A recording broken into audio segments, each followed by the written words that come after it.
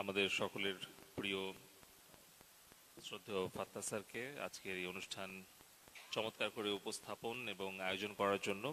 আজকের অনুষ্ঠানের সভাপতি মাননীয় উপাচার্য বুয়েট ডক্টর সত্যপ্রসাদ মজুমদার, উপস্থিত আছেন বিশেষ অতিথি তথ্য যোগাযোগ প্রযুক্তি বিভাগের সম্মানিত সচিব শামসুল আরেফিন, বিশেষ অতিথি হিসেবে উপস্থিত আছেন প্রভিসি স্যার জনাব ডক্টর আব্দুল জব্বার খান, এবং আমার সামনে উপস্থিত শ্রদ্ধেয় শিক্ষক মহোদয়গণ, বিশেষ করে আমাদের যাদের জন্য আয়োজন, আমার প্রিয় স্নেহের ছাত্রছাত্রী বন্ধুগণ এবং সাংবাদিক বন্ধুগণ, সবাইকে আমার আন্তরিক সালাম, শুভেচ্ছা, আসসালামু আলাইকুম, আদাব, সবাইকে শুভ সকাল।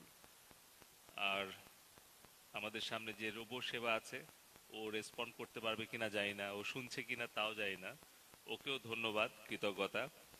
সকালবেলায় আমাদের সকল অতিথিবৃন্দকে ফুল দিয়ে শুভেচ্ছা জানিয়ে আমাদেরকে অভিনন্দন জানিয়েছে তার জন্য। তো আজকে আমরা খুবই আনন্দিত যে 2024 সালে এসে আমরা রোবোটিক্সটাকে আমাদের বুয়েটের ছাত্রছাত্রীদের জন্য তাদের শেখার সুযোগটা আরও বৃদ্ধি করার জন্য একটা ইনস্টিটিউট স্থাপন করতে পারলাম। কারণ এখানে যারা স্টুডেন্ট আছে 2016 সালে, তোমরা কোন ক্লাসে পড়তে? মানে 16 সালে তখন কি তোমরা সেকেন্ডারি না হায়ার সেকেন্ডারি? আচ্ছা, তোমাদের মনে আছে কিনা 16 অথবা 17 সালে আমরা ডিজিটাল ওয়ার্ল্ড একটা আইটি সামিটের আয়োজন করি। সেখানে অনেক ওয়ার্কশপ, সেমিনার হয়, স্টার্ট আপ ইনোভেশন এবং বিজনেস অটোমেশন, গভর্নমেন্ট সার্ভিস, এগুলো ডিসপ্লে করা হয় এবং মিনিস্ট্রিয়াল কনফারেন্স আয়োজন করা হয়, যেখানে আমাদের ডিজিটাল বাংলাদেশ আর্কিটেক্ট প্রকৌশলী সজীব ওয়াজেদ জয় ভাই উপস্থিত ছিলেন। সেখানে আমরা মন্ত্রী, resource person, innovator, researcher, start up, entrepreneur, secretary, minister, এর বাইরেও আমরা প্রথম হিউম্যানয়েড রোবটকে আমন্ত্রণ জানিয়েছিলাম। আর রোবটটার নাম ছিল, মনে আছে? এবং সেই হিউম্যানয়েড রোবট হ্যানসন রোবোটিক্স, সেটার যে ফাউন্ডার মিস্টার হ্যানসন, উনিও কিন্তু হংকং থেকে এসেছিলেন আমাদের আমন্ত্রণে। এবং সেই ডিজিটাল ওয়ার্ল্ডে উদ্বোধনী অনুষ্ঠানে মাননীয় প্রধানমন্ত্রীর সাথে ওই হিউম্যানয়েড রোবটের একটা কনভারসেশন ছিল। এবং তারপরে আমাদের আইসিটি টাওয়ারে অনেক মিডিয়ার সাংবাদিক ভাই বোনেরা তারা সেই হিউম্যানয়েড রোবট সোফিয়ার ইন্টারভিউ নিয়েছিল। এখনও আমি ইউটিউবে গেলে মাঝে মধ্যে দেখি মিলিয়ন মিলিয়ন ভিউজ, চমৎকার চমৎকার সব কমেন্টস, অনেক কিছুই আছে। তো আমি ওই সময়ে ওই আয়োজনটা নিয়ে এতই ব্যস্ত ছিলাম যে এটার যে কি ধরনের আলোচনা সমালোচনা হচ্ছে এটা আমি আর ওই সময় বুঝতে পারিনি। পরে কয়েক মাস পরে আমি সোশ্যাল মিডিয়া, ইউটিউব এগুলোতে দেখেছি। তো আসলে সেই সময় একটা নতুন বিষয় ছিল humanoid robot, artificial intelligence, machine learning, data analytics. এই বিষয়গুলো আমার কাছে খুবই নতুন ছিল। আমি জানি না তোমরা যখন সেকেন্ডারি লেভেলের স্টুডেন্ট ছিলা তোমাদের কাছে কতটুকু এটা আগে থেকে পরিচিত ছিল, কিংবা এখানে আমাদের শ্রদ্ধেয় শিক্ষক মহোদয়গণ আছেন, গবেষক আছেন, তাদের কাছে উদ্ভাবকরা আছেন, তাদের কাছে কতটুকু নতুন ছিল। কিন্তু আমার কাছে ব্যক্তিগতভাবে খুব নতুন ছিল। 2016-17 সালের দিকে যখন মাননীয় আইসিটি উপদেষ্টা সজীব ওয়াজেদ জয় ভাই বললেন যে আগামী 2 থেকে 3 দশক আমাদের শিক্ষা, স্বাস্থ্য, কৃষি, বাণিজ্য, শিল্প সবকিছু আমূল পরিবর্তন করে দেবে 4টা প্রযুক্তি। সেই 4টা প্রযুক্তি উনি মিনিস্ট্রিয়াল কনফারেন্সে তোমাদের মনে আছে কিনা, এখনো অন রেকর্ড ইউটিউব ফেসবুকে গেলে এটার ভিডিও আছে। সেই সময় আমরা 2017 সালে আমাদের মিনিস্ট্রিয়াল কনফারেন্সের টপিক টাইটেল রেখেছিলাম চতুর্থ শিল্প বিপ্লব। ঠিক তার আগের বছর ওয়ার্ল্ড ইকোনমিক ফোরামের যিনি প্রতিষ্ঠাতা সভাপতি প্রফেসর ক্লাউস শোয়াব, উনি উনার চিন্তা এবং উনার পরিকল্পনা এবং উনার পর্যবেক্ষণ থেকে উনি একটা বই লিখেছিলেন, ফোর্থ ইন্ডাস্ট্রিয়াল রেভলিউশন। পরের বছর উনি আরেকটা বই লিখেছিলেন, শেপিং দি ফোর্থ ইন্ডাস্ট্রিয়াল রেভলিউশন। তো আমি তো ইংলিশ ভালো বুঝি না, তো আমি যতটুকু ওনার বক্তব্য শুনেছিলাম 2017 সালে জানুয়ারিতে ওয়ার্ল্ড ইকোনমিক ফোরামে অ্যানুয়াল মিটিংয়ে যে মাননীয় প্রধানমন্ত্রীর সাথে আমার যাওয়ার সুযোগ হয়েছিল, সেই সময় আমাকে world economic forum young global leader হিসেবে মনোনীত করে, যার ফলে আমিও আমন্ত্রণ পাই মাননীয় প্রধানমন্ত্রীর সাথে যাওয়ার। তো তখন এই চতুর্থ শিল্প বিপ্লবের এই সকল ভবিষ্যৎমুখী প্রযুক্তি কিভাবে পরিবর্তন করবে আগামী 5, 10, 20 বছরে, সেটাই ছিল মূল আলোচ্য বিষয় প্রত্যেকটা সেশনের। আজকে 2024 সালে এসে সেটা কিন্তু আর কল্পনা বা স্বপ্নের মধ্যে সীমাবদ্ধ নেই। আজকে রোবো সেবা যেরকম আমাদেরকে ফুল দিয়ে স্বাগতম জানাচ্ছে, অপরদিকে চ্যাট জিপিটি আজকের আমি বক্তব্য কি কি দিতে পারি, আমার পিআরও বিপ্লব নাজির আমাকে যে কাগজে যতটুকু তথ্য উপাত্ত দিয়ে সহযোগিতা করেছে, হয়তো অনেক কয়েক ঘন্টা ধরে ওর এটা প্রস্তুতি নিতে হয়েছে। আর আমাদের চ্যাট জিপিটি আমাকে কয়েক সেকেন্ডের মধ্যে current market size, future market size, smart বাংলাদেশে ভিশন পূরণে রোবোটিক্স কি করবে, আইওটি ইন্টিগ্রেশন কি হবে, বিজনেসে কি হবে, অ্যাডমিনিস্ট্রেশনে কি হবে, health, education, garments, agriculture, future use case কি কি হতে পারে রোবোটিক্সের বাংলাদেশের প্রেক্ষিতে, চ্যাট জিপিটি কিন্তু আমাকে তৈরি করে দিল। তাহলে এখন আমি এই বইটা আসার আগে আমি স্টাডি করছিলাম সকালে যে কিভাবে এই রোবোটিক্স পুরো ইকোসিস্টেম গড়ে তুলতে কি কি লাগবে। তো দেখলাম যে ইতিমধ্যেই নাকি open AI chat GPT embed করে দেওয়া হচ্ছে বিভিন্ন রোবোটিক্স সলিউশনে। অর্থাৎ আমরা যদি এই রোবো সেবাকে বাংলা অথবা অন্যান্য ভাষায় কথা বলাতে চাই, তাহলে এটার সাথে কিন্তু আমরা OpenAI ChatGPT add করে দিলেই সে কিন্তু মানুষের সাথে ইন্টারাক্ট করতে পারবে, এবং এখন এটা করছে। এই কারণে আমার কাছে ইন্টারেস্টিং মনে হয় যখন জয় ভাই বললেন যে আসলে রোবোটিক্স কিন্তু শুধু ধনী রাষ্ট্রের জন্য নয়। কেন বলছি, আমরা গার্মেন্টস ইন্ডাস্ট্রি থেকে এই যে আমাদের এখন কত এক্সপোর্ট আর্নিং গার্মেন্টসে 20, হ্যাঁ হ্যাঁ, আচ্ছা আমাদের টোটাল এক্সপোর্ট কত?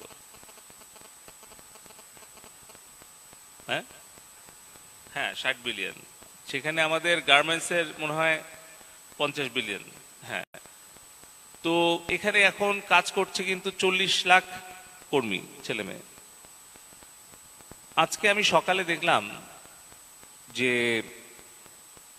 আগে শুনতাম যে টেসলাতে সবচেয়ে বেশি রোবট কাজ করে প্রোডাকশন ইউনিটে, আজকে দেখলাম যে চায়নার শাওমি তারা যে ইভি নিয়ে আসতেছে, ইলেকট্রিক ভেহিকল, সেখানে পুরো প্রোডাকশন লাইন সবকিছুই রোবটে হচ্ছে, এবং গাড়ির দরজা তারা তৈরি করছে 2 সেকেন্ডে।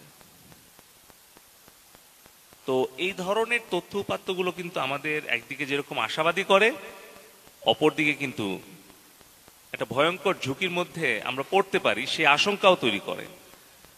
আমাদের গার্মেন্টসে আমি শুনেছি বিজিএম এর নেতৃবৃন্দের কাছ থেকে ইতিমধ্যেই বাংলাদেশে নাকি অনেক লিডিং গার্মেন্টস কোম্পানিতে রোবট রিপ্লেস করছে হিউম্যান বিংকে। এখন যখন প্রথমে আমরা 16-17 দিকে রোবোটিক্সের কথা বলা শুরু করি, আমি বুয়েটের একটা রোবোটিক্স চ্যালেঞ্জে আমি অতিথি হিসেবে এসেছিলাম এবং সেখানেই বুয়েটের ছাত্র শিক্ষকরা আমার কাছে তাদের এই রোবোটিক্স ল্যাব প্রতিষ্ঠার কথা আমার কাছে তুলে ধরে। সেলিয়াপার কথা মনে আছে কিনা বা ফাত্তা ভাই মনে আছে কিনা সেই দিন।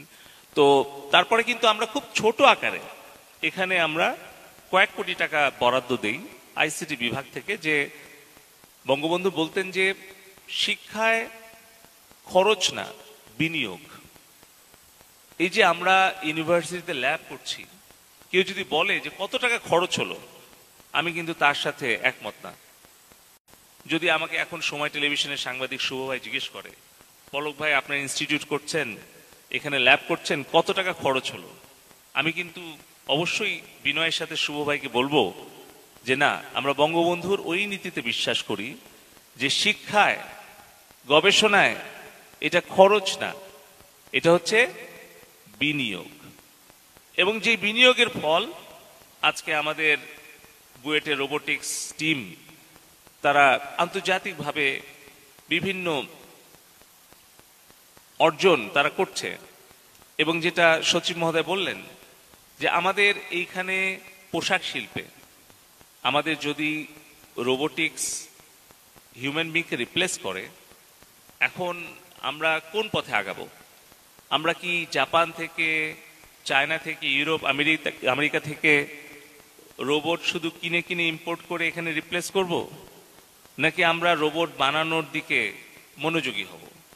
এখন আমার হাতে যেই স্যামসাং S24 যে মোবাইল ফোন, স্মার্টফোন, এই স্মার্টফোনটা আমরা ব্যবহার করছি যার যার সামর্থ্য অনুযায়ী, কেউ হাই এন্ডের, কেউ মিড রেঞ্জের, কেউ লো এন্ডের, কেউ 5,000, কেউ 50,000 টাকার স্মার্টফোন ব্যবহার করছে। কিন্তু এই স্মার্টফোন যদি আমরা বাংলাদেশে ডিজাইন করতে পারতাম, বাংলাদেশে সম্পূর্ণ ম্যানুফ্যাকচার করতে পারতাম, তাহলে পরে আমাদের কিন্তু কর্মসংস্থানও বৃদ্ধি হতো, বৈদেশিক মুদ্রা আমরা এক্সপোর্ট করে আর্ন করতে পারতাম। কিন্তু যদি আমরা সম্পূর্ণভাবে ইম্পোর্ট করতে হতো, তাহলে কি হতো?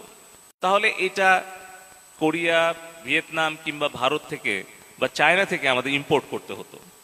কিন্তু 15 সালে মাননীয় প্রধানমন্ত্রী জননেত্রী শেখ হাসিনার একটা নীতিগত সিদ্ধান্তে, মাননীয় আইসিটি উপদেষ্টা সজীব ওয়াজেদ জয় ভাইয়ের তত্ত্বাবধানে, পরামর্শে আমরা 16-17 অর্থ বছর থেকে এই স্মার্টফোন, ল্যাপটপের খুচরা যন্ত্রাংশের আমদানি শুল্কটা কমিয়ে 1% করে দেওয়াতে বাংলাদেশে এখন 17টা স্মার্টফোন অ্যাসেম্বলিং প্ল্যান্ট স্থাপিত হয়েছে। আমাদের বাংলাদেশে 2টো ল্যাপটপ কোম্পানি ল্যাপটপ তৈরি করছে এবং সেখানে কিন্তু প্রায় 50,000 তরুণ তরুণী কর্মসংস্থান হয়েছে। এখন বাংলাদেশ থেকে আমাদের এশিয়ার পার্শ্ববর্তী দেশ, ইউরোপ, আমেরিকাতে আমাদের নিজস্ব উৎপাদিত স্মার্টফোন, ল্যাপটপ কিন্তু রপ্তানিও শুরু হয়েছে। এটা কিন্তু আমাদের জন্য গর্বের। আমি যখন ওয়ালটনে যাই তখন দেখি আমাদের বুয়েটের এবং বাংলাদেশের বিভিন্ন ইউনিভার্সিটির ছাত্রছাত্রীরা ওয়ালটনের R&D সেন্টারে কাজ করছে, ডিজাইন ল্যাবে কাজ করছে এবং আমাদের অনেক পলিটেকনিক ইনস্টিটিউটের ডিপ্লোমা ইঞ্জিনিয়াররা তারা কিন্তু এই প্রোডাকশন ইউনিটে কাজ করছে এবং টেকনোলজি ইউনিটে কাজ করছে। নরসিংদীতে যখন আমি স্যামসাং এর ফ্যাক্টরি ভিজিটে যাই, দেখি 2,000 ছেলে মেয়ে, বাংলাদেশের মেধাবী ছেলে মেয়েরা, তারা স্যামসাং ফ্যাক্টরিতে কাজ করছে এবং 100% স্যামসাং ফোন এখন বাংলাদেশে তৈরি হচ্ছে। তারা পরিকল্পনা করছে 25 সালে পরে বিদেশে রপ্তানি করার। আমি এই জন্যই বলছি যে আজকে সরকার প্রধানের যদি এই ধরনের ডাইনামিক ডিসিশন এবং গাইডেন্স না থাকতো, তাহলে হয়তো আজকে আমাদের 100% মোবাইল ফোন বিদেশ থেকে আমদানি করতে হতো, 100% রেফ্রিজারেটর, এয়ার কন্ডিশনার আমদানি করতে হতো। কিন্তু আজকে বাংলাদেশের মার্কেটের যত রেফ্রিজারেটর বিক্রি হয় তার 95% কিন্তু মানে মেড ইন বাংলাদেশ। আমাদের smart television, air condition, home appliance, electronics, digital device, এই যে একটা বিশাল আমাদের অর্জন, এটা একদিকে যেরকম কর্মসংস্থান তৈরি করেছে, অপরদিকে আমাদের সক্ষমতা, দক্ষতাও তৈরি করেছে। শুধু কিন্তু ম্যানুফ্যাকচারিং না, নিশ্চয়ই আপনারা জেনে থাকবেন, এখানে কেউ আপনারা এর মধ্যে ভিজিট করেছেন কিনা, স্যামসাং এর যে রিসার্চ অ্যান্ড ডেভেলপমেন্ট সেন্টার, যেটা হাই এন্ডের কাজ হয়, শুধু যন্ত্রপাতি জোড়াতালি দেওয়া না, যেখানে এটা ডিজাইন কি হবে, অ্যাপটা কেমন হবে, সিকিউরিটি ফিচার কিভাবে কাজ করবে, কোনো জায়গায় কোনো দুর্বলতা আছে কিনা, সেটাও কিন্তু এই ঢাকায় 500 ছেলে মেয়ে করছে। এবং যেখানে বুয়েটের অসংখ্য ছেলে মেয়ে আছে, তাই না নোমান ভাই? এখানে আমি তো মাঝে মধ্যে 2-1 বছর পরপরই যাই স্যামসাং এর R&D সেন্টারে। আমার খুব ভাল লাগে যে এখানে কিন্তু শুধু শুধু বুয়েট না, অন্যান্য ইউনিভার্সিটিও আছে। এমনকি অনেকে যে বলে যে ব্রেন ড্রেন হয়ে যাচ্ছে, বুয়েটের সব মেধাবী ছেলেমেয়েরা আমেরিকায় চলে যায়, বা গুগল, ফেসবুকে, সিসকো, মাইক্রোসফটে তারা লিড করছে বিভিন্ন জায়গায়। আমি দেখেছি যে স্যামসাং R&Dতে অনেকে আমেরিকা থেকে ফিরে এসে কিন্তু স্যামসাং R&Dতে জয়েন করেছে। এখানে আপনারা হয়তো অনেকেই জানেন, আমাদের বুয়েটের আরেকজন স্টুডেন্ট, উল্কাসামায়ের যিনি ফাউন্ডার, এনাম ভাই, হ্যাঁ, এনায়েত ভাই, উনি কিন্তু প্রায় 1,500 ছেলে মেয়ের কর্মসংস্থানের ব্যবস্থা করেছেন। এটা কিন্তু কোনো লো এন্ডের কাজ না, মানে স্যামসাং, অ্যাপেল, আইফোন, এই ধরনের যে বিশ্বের সেরা কোম্পানি, তাদের যে মাইক্রোচিপ, সেটা ডিজাইনিং এর কাজ কিন্তু বাংলাদেশে মেধাবী ছেলেমেয়েরা বাংলাদেশে বসে করছে। তো আমি 2 বছর আগে পরিচয় হয়েছিল আমাকে স্টার্টআপ বাংলাদেশে লিমিটেড কোম্পানির এমডি সামি পরিচয় করে দিল ডক্টর নাদিমের সাথে, আমাদের বুয়েটেরই একজন মেধাবী শিক্ষক। আমি ওর সাথে গিয়েছিলাম MIT-তে, এবং আমি খুবই গর্বিত যে 2022 সালে সম্ভবত, ওই সময়ে, ওইটা কি ওর ডক্টরেট, হ্যাঁ, MIT-তে পিএইচডি করলো, তো ওর যে রিসার্চ পেপার, সেটা ওই বছরে ন্যানোটেকের উপরে MIT-তে বেস্ট পেপার নির্বাচিত হয়েছিল ডক্টর নাদিমের সেই রিসার্চ পেপারটা। এবং এটা কিন্তু ওই ন্যানো ল্যাবের যে ডিরেক্টর প্রফেসর, উনি কিন্তু আমাকে খুব গর্ব করে বলছিলেন। তো এই যে আমাদের কিন্তু মেধার কিন্তু কোনো ঘাটতি নাই, সুযোগটা তৈরি করে দিতে হবে। তো আমি সেখানে বললাম যে আমরা, মাননীয় উপদেষ্টা মহোদয়ের যে নির্দেশনা ছিল, আমরা রোবোটিক্স আমরা ল্যাব করেছি বুয়েটে। আমাকে ভিসি স্যার বলেছেন যে ইনস্টিটিউট করবেন, কিন্তু এখন মাইক্রোচিপ ডিজাইনিং, আর্টিফিশিয়াল ইন্টেলিজেন্স এবং সাইবার সিকিউরিটি, এই 4টা দরকার।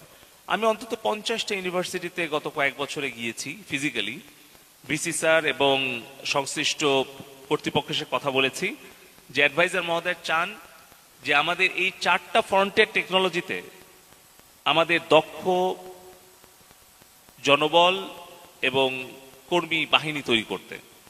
অর্থাৎ পুরো পৃথিবীর, আগামীর পৃথিবীর স্মার্ট বাংলাদেশের নেতৃত্ব তারাই দেবে যারা আর্টিফিশিয়াল ইন্টেলিজেন্স, রোবোটিক্স, মাইক্রোচিপ এবং সাইবার সিকিউরিটিতে দক্ষ এবং যোগ্য হবে। এখন হয়তো তোমরা জিজ্ঞেস করবা, তাহলে পলিটিক্যাল লিডারদের কি হবে?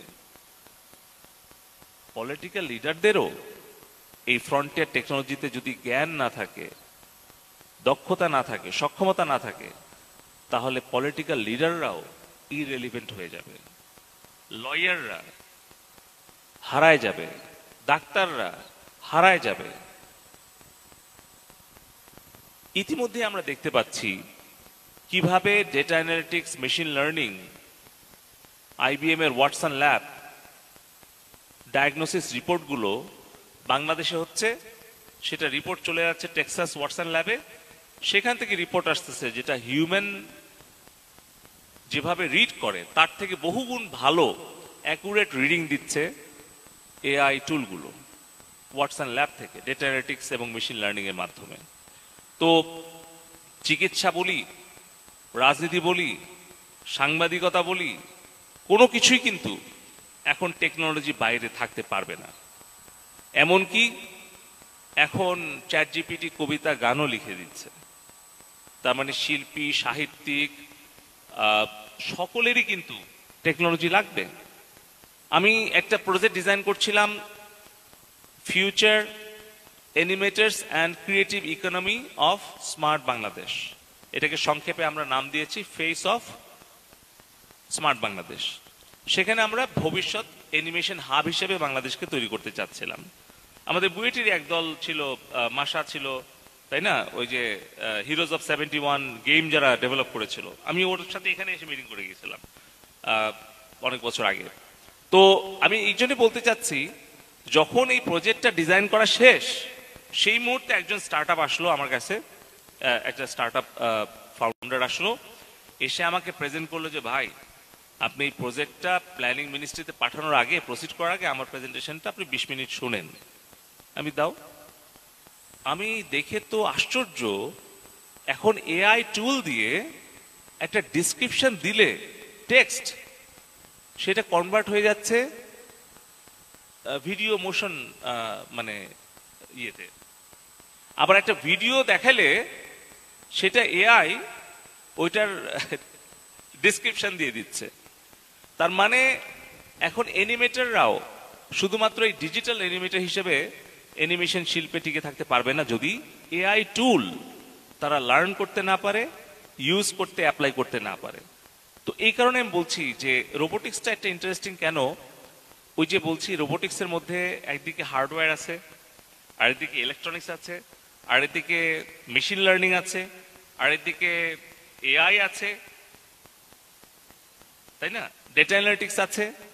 মানে এই জন্যই রোবোটিক্সটা একটা ইন্টারেস্টিং সাবজেক্ট হিসেবে কিন্তু আমাদের সামনে চলে এসছে।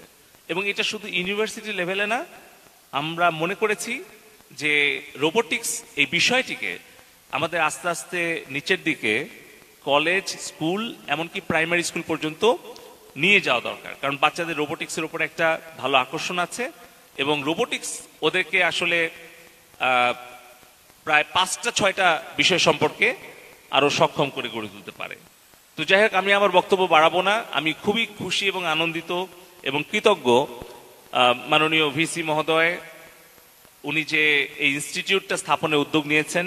আমি জানি যে নতুন কোনো উদ্যোগ নেওয়া খুব কষ্ট, তবে আমি এটুকু বলতে পারি যে মাননীয় আইসিটি উপদেষ্টা মহোদয়ের নির্দেশনায় আমরা বুয়েটের পাশে ছিলাম, আছি, এবং রোবোটিক্স থেকে শুরু করে সাইবার সিকিউরিটি, মাইক্রোচিপ ডিজাইনিং এবং আমাদের আর্টিফিশিয়াল ইন্টেলিজেন্স, এই 4টা এরিয়াতে বুয়েটের পক্ষ থেকে যে কোনো উদ্যোগ গ্রহণ করলে সেখানে যা কিছু সহযোগিতা করার দরকার হয়, আমরা পোস্ট টেলিকম অ্যান্ড আইসিটি থেকে সেটা আমরা অবশ্যই সেটা প্রদান করব।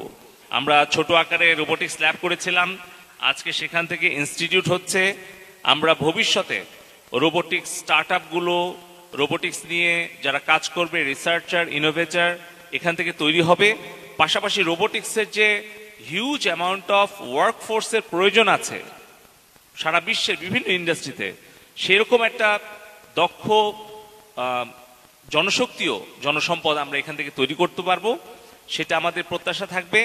সাথে আমার অনুরোধ থাকবে যে একেবারে বিষয়ভিত্তিক কিছু প্রজেক্ট আমাদের কাছে যদি নিয়ে আসা হয়, যে আমাদের কৃষি, আমাদের জরুরি দুর্যোগ ব্যবস্থাপনা অথবা পোশাক শিল্পে রোবোটিক্সের কি কি প্রয়োজন আছে, সেখানে যদি প্রজেক্ট বেসড কিছু কিছু কোর্স এখানে ইন্ট্রোডিউস করা হয় এবং আমাদের কাছে পাঠানো হয়, তাহলে আমাদের ফান্ডিং এবং অন্যান্য সাপোর্টগুলো আমরা প্রদান করব। কারণ বলা হচ্ছে যে robots will do all the dangerous and dirty things, যেগুলোই নোংরা এবং বিপজ্জনক কাজ, এই সব কাজগুলো আমরা আসলে রোবটকে দিয়ে করাতে চাই। আর মানুষ যেগুলো নিরাপদ কাজ, যেগুলো সৃজনশীল কাজ, সেগুলো করবে।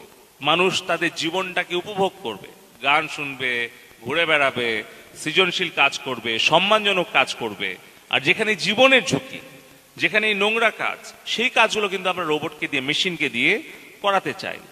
তো আমি দেখলাম যে এখানে আমাদের উদ্ভাবকদের বেশ কিছু রোবট যেটা পানির নিচে যেতে পারে, রেস্কিউ করতে পারে, এখানে মেডিকেল রোবটগুলো তৈরি করা হচ্ছে। এটাকে আরো কমার্শিয়ালাইজ করার জন্য কি কি করণীয়, তার জন্য কিন্তু আমাদের ইনোভেশন ডিজাইন এন্টারপ্রেনারশিপ আছে একাডেমি। তাদের যদি ইন্টেলেকচুয়াল প্রপার্টি রাইট রেজিস্ট্রেশনের প্রয়োজন হয়, কোনো স্টার্ট আপ যদি কোনো লিগ্যাল রেজিস্ট্রেশনের জন্য যেতে চায়, কোম্পানি ফর্ম করতে চায়, আমরা কিন্তু আইসিটির আইডিয়া প্রজেক্ট থেকে সাপোর্ট দিতে পারি। পাশাপাশি আমি শিক্ষামন্ত্রী মহোদয়কে বলেছি এবং আমি মাননীয় আইসিটি উপদেষ্টা মহোদয়ের কাছে বলেছি, কারণ এমআইটিতে যে দেখলাম এমআইটি শিক্ষকরা, এমন অনেক শিক্ষক আছে যারা বিলিয়নিয়ার শিক্ষক। তো আমি জিজ্ঞেস করলাম কিভাবে হলো, তো বললো যে এমআইটির যেসব স্টুডেন্টরা বিভিন্ন স্টার্ট আপ শুরু করেছে ছাত্র জীবনে, তাদের টাকা ছিল না, তারা $1,00,000, $2,00,000, অনেকে $1,000,000 তাদের শিক্ষকদের কাছ থেকে চেয়েছে। তখন অ্যাঞ্জেল ইনভেস্টর হিসেবে সেই শিক্ষক $1,00,000 দিয়েছে প্রথমে, তারপর হয়তো $2,00,000 দিয়েছে, তারা আবার রেজ করেছে বাইরে থেকে ফান্ড। তখন ওই কোম্পানির শেয়ার হয়তো 5%, 10% বা 20% ছিল, কিন্তু সেই স্টার্ট আপ স্টুডেন্ট ফাউন্ডাররা যখন বিলিয়নিয়ার হয়ে গেছে, তখন তার ওই 5% শেয়ারের মূল্যই হয়তো $100 মিলিয়ন হয়ে গেছে। এভাবে 10টা-20টা স্টার্ট আপে যদি একজন শিক্ষকের শেয়ার থাকে, তাহলে কিন্তু সে এরকম, আমি কয়েকজন শিক্ষককে শুনলাম, পরিচয় করা দিল যে ভাই উনি কিন্তু বিলিয়নিয়ার। তো আমরা কিন্তু বুয়েটে সেই সুযোগটা শিক্ষকদেরকে দিতে চাই। তো এখন নাকি শুনলাম যে কোম্পানিতে নাকি ওপেন করতে পারে না কোনো শিক্ষক। কেন পারবে না? কারণ আমরা যদি ইউনিভার্সিটি ইন্ডাস্ট্রি কোলাবোরেশনটা করতে না পারি, যদি আমরা আমাদের স্টুডেন্টদেরকে বিজনেস মাইন্ডসেট, এন্টারপ্রেনিউরিয়াল মাইন্ডসেট এনকারেজ করতে না পারি, টিচারদেরকে যদি মেন্টর এবং অ্যাঞ্জেল ইনভেস্টর হিসেবে কনভার্ট করতে না পারি, তাহলে তো আসলে ইনোভেটিভ স্মার্ট বাংলাদেশ করা মুশকিল হবে। তো আমি অলরেডি বলেছি শিক্ষামন্ত্রী মহোদয়কে এবং ইউজিসির চেয়ারম্যান মহোদয়কে, যেন আমাদের শিক্ষকদেরকে মেন্টর হিসেবে, স্টার্ট আপদের অ্যাঞ্জেল ইনভেস্টর হিসেবে তারা কাজ করতে পারে, যাতে একটা কালচার গড়ে ওঠে। তার জন্য কিন্তু আমাদের উৎসাহ দেওয়া প্রয়োজন এবং আমি মনে করবো যে বুয়েট থেকে এটার সূত্রপাত হবে। এবং আমরা আগামী দিনে বুয়েট থেকে আমরা শুধু গুগল, ফেসবুক, সিসকো বা মাইক্রোসফটে একবারে হাই লেভেলে কাজ করছে এটাই দেখতে চাই না। বুয়েট থেকে, এই রোবোটিক্স ইনস্টিটিউট থেকে আমরা বোস্টন রোবোটিক্স, হ্যানসন রোবোটিক্সের মতো এমন কিছু স্টার্ট আপ দেখতে চাই, যেটা এখান থেকে শুরু করে হয়তো সারা বিশ্ব জয় করবে। আমাদের ছাত্র শিক্ষকরা নিজেরাও যেরকম বিশ্বে সমাদৃত হবে, দেশকেও তারা এগিয়ে নিয়ে যাবে। তো সর্বশেষে একটা সুখবর দিয়ে শেষ করি। আজকে আমরা রোবোটিক্স ইনস্টিটিউট শুরু করতে যাচ্ছি আনুষ্ঠানিকভাবে, কিন্তু এখানে কাজ শেষ হবে না। এর পরের ধাপগুলো আমরা আরো আগাবো। আমরা আরো সফিস্টিকেটেড, ফিউচারিস্টিক আমরা প্রযুক্তিতে বুয়েটকে আরো দক্ষ, যোগ্য করে গড়ে তোলার জন্য মাননীয় প্রধানমন্ত্রীর কাছ থেকে অনুমতি পেয়েছি, যেটা এমআইটিতে দেখে এসেছিলাম। ওইটার মতো অত বড় আমরা পারবো না, ওইটা প্রায় 3,000 কোটি টাকা ব্যয়ে ওরা ল্যাব করেছে, ন্যানো ল্যাব। আমি ওই ল্যাবে ঢোকার পরে মনে হলো আমি সায়েন্স ফিকশন মুভির মধ্যে ঢুকেছি। মানে ওইটা AR, VR, MR, mixed reality, মানে আসলে ন্যানো চিপ তো সব জায়গায় লাগবে। আমি বললাম যে আমাদের কি কাজে লাগবে? বললো যে আগামী দিনে ফ্যাব্রিক্স, এই যে পাঞ্জাবি পরে আছি, এই পাঞ্জাবির ফ্যাব্রিক্সের মধ্যেও ন্যানো চিপ থাকবে। আমার এখন এই স্মার্ট ওয়াচ যেরকম 1 ঘন্টা পরে আমাকে বলছে যে তুমি 1 ঘন্টা ধরে বসে আছো, এটা তোমার স্বাস্থ্যের জন্য খারাপ, তুমি হাঁটাহাঁটি করো, কিংবা দেখাচ্ছে এইভাবে এক্সারসাইজ করো। এখন ন্যানো চিপ আমাকে দেখালো, যেই চিপ একটা ফ্যাব্রিক্সের মধ্যে থাকবে, সোফার স্ক্রিনের মধ্যে থাকবে, চেয়ারের কাপড়ের মধ্যে থাকবে, ফলে মানুষের শরীরের তাপমাত্রা, হৃদকম্পন, যে কোনো কিছু সে রিড করতে পারবে এবং এই সিগন্যালটা আবার পাঠাতে পারবে। তো আমরা তো আইওটি এখন দেখছি চোখের সামনে বড় বড় ডিভাইস, কিন্তু ন্যানো লেভেলে চলে যাচ্ছে। তারপরে আমরা তো জানি যে ব্রেন কম্পিউটার ইন্টারফেসে ব্রেনের মধ্যে যেগুলো চিপ বসানো হবে, বা এখনো অলরেডি বানরের মধ্যে বসানো হয়েছে, এবং বানর ব্রেনে চিপ দিয়ে সে কম্পিউটারে গেম খেলছে। সো অনেক কিছুই আসলে হচ্ছে হয়তো ল্যাবে, এখনো হয়তো পাবলিকলি আসে নাই। তো আমরা সেগুলো দেখে এসেছি। সেই কারণেই আমি উৎসাহিত হয়ে মাননীয় প্রধানমন্ত্রী ও মাননীয় উপদেষ্টা মহোদয়ের কাছে প্রস্তাবটা দেই, এবং আপনারা শুনে আনন্দিত হবেন যে আমরা ইতিমধ্যেই টেন্ডার প্রক্রিয়া চলে গিয়েছি। আমরা 100 কোটি টাকা ব্যয়ে বুয়েটে আমরা একটা অত্যাধুনিক ন্যানো ল্যাব আমরা অল্প দিনের মধ্যে স্থাপন করতে যাচ্ছি, যেখানে আমাদের বুয়েটের ছাত্র শিক্ষকরা একটা, কি বলে ওটাকে, ক্লিন রুম এবং গ্রিন রুম, হ্যাঁ সেটা হবে, যেখানে আসলে তারা হাতে কলমে একদম সর্বাধুনিক ন্যানো টেকনোলজি সম্পর্কে গবেষণা, উদ্ভাবন, ডিজাইন এবং ডেভেলপ করতে পারবে।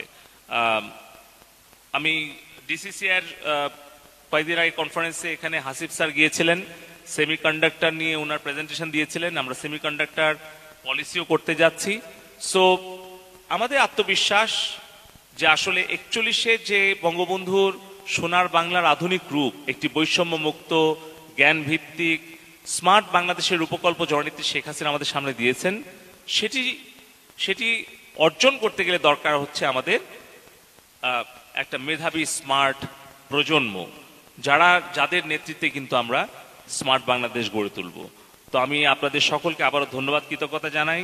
আমাদের গভর্নমেন্ট, ইন্ডাস্ট্রি, একাডেমিয়া পার্টনারশিপের ভিত্তিতে আমরা গড়ে তুলব আগামী স্মার্ট বাংলাদেশ।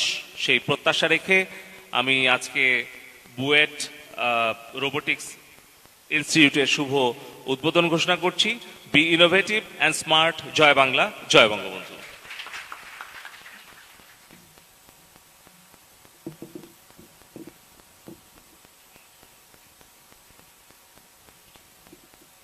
ধন্যবাদ মাননীয় প্রতিমন্ত্রী মহোদয় আপনার জ্ঞানগর্ভ বক্তব্যের জন্য। এ পর্যায়ে আমি আমন্ত্রণ জানাচ্ছি আমাদের মাননীয় উপাচার্য মহোদয়কে তার বক্তব্য প্রদান করার জন্য।